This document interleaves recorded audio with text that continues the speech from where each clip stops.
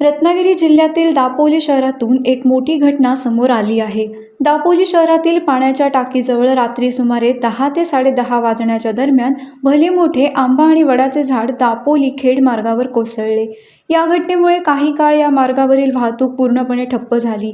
झाड महावितरणाच्या विद्युत वाहिन्यांवर कोसळल्याने विद्युत खांब तुटून पडले आणि परिसरातील वीज पुरवठा रात्रभर खंडित राहिला। तसेच एसटी बस थांब्याच्या शेडचेही मोठे नुकसान झाले आहे। घटनेनंतर सुरक्षेच्या कारणास्तव प्रशासनाने काही काळ रस्ता वाहतुकीसाठी बंद ठेवला होता। दापोली नगरपंचायतीच्या कर्मचाऱ्यांनी घटनास्थळी दाखल होत झाड हटविण्याचे आणि साफसफाईचे काम युद्धपातळीवर हाती घेतले।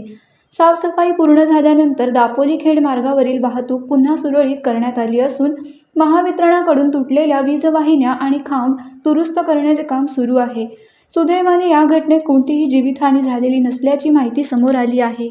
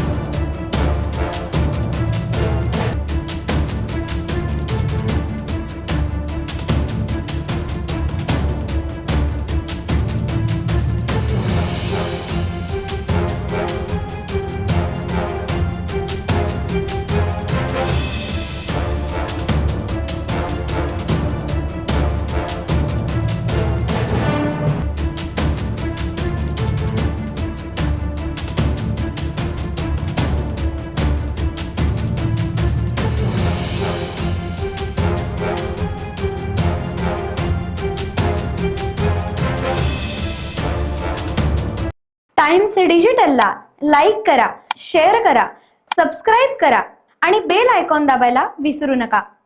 Times digital.